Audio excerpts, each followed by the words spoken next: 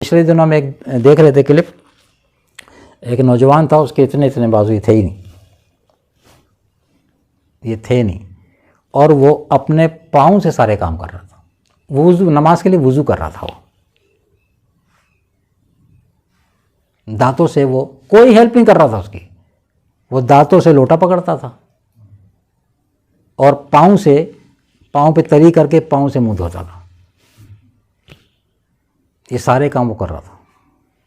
اس نے پورا وضو پاؤں سے کیا اور پھر وضو کر کے جا کے مصلی پہ جب کھڑا ہوا نا تو ہم مل گئے کہ اللہ تعالیٰ کل ان کو سامنے ہمارے کھڑا کر دے گا. یہ رہا، اس کے تو ہاتھ بھی نہیں تھے. ایک ہاتھ سے وضو کر کے دکھاؤ، ایک ہاتھ سے وضو کر کے دکھاؤ. ابھی وضو کرنے بیٹھو تو ساتھ ہی آتے سائیں میں وضو کراؤں، نہیں آپ مہربانی شکریہ. یعنی کوئی وضو بھی کرانے کو تیار ہے آپ کو. اللہ نے یہ آپ کو موقع دیے ہوئے ہیں. پھر کوئی بھی نہیں ہے تو ہاتھ تو موجود ہیں، ایک ہاتھ نہیں دونوں ہاتھ موجود ہیں. ان دو ہاتھوں سے وضو نہیں ہو پا رہا، جا ہی نہیں پا رہے اس طرف.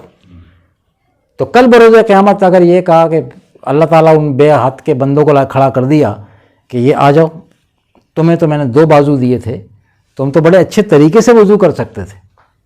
ایک کو دیکھا، وہی بندہ جو تھا وہ پاؤں سے روٹی توڑ کے کھا رہا تھا، پاؤں سے نوالا بنا رہا تھا.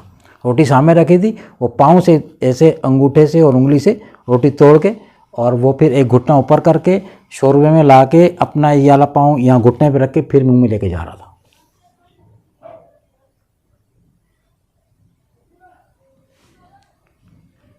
نہیں ہوگا شکر اس کا.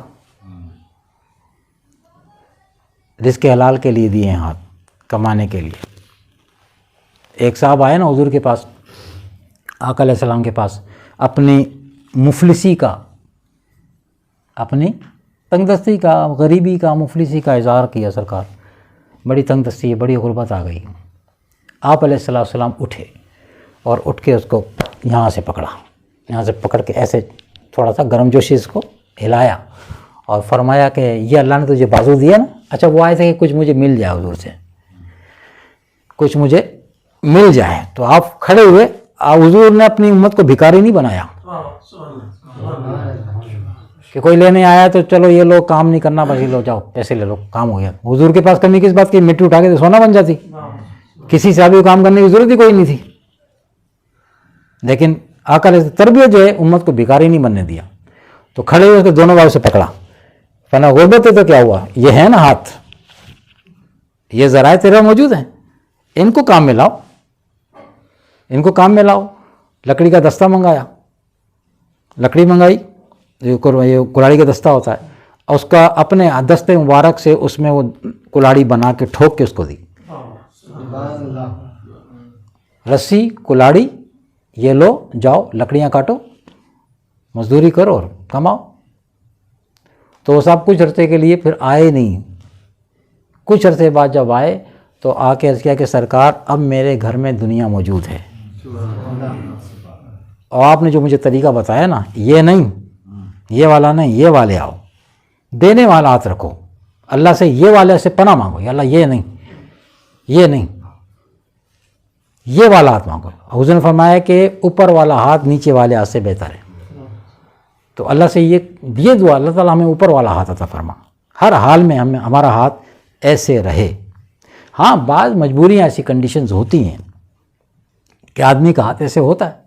کیا ہوگا؟ سود کے لیے نہیں، قرض کے لیے. قرض مانگنا جائز ہے،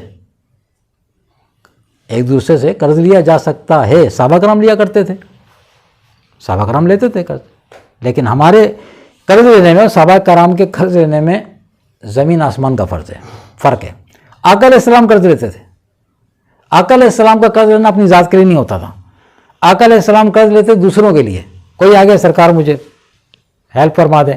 اب فی الوقت اگر اپنے آپ کچھ نہیں ہے اور واقعی وہ ضرورت مند ہے تو آپ علیہ السلام اس کی ضرورت کسی سے قرض لے کے پوری کر دیتے تھے، اور اس کو اللہ توکل فرما دیا کرتے تھے کہ تمہارا قرض ہم ادا کر دیں گے.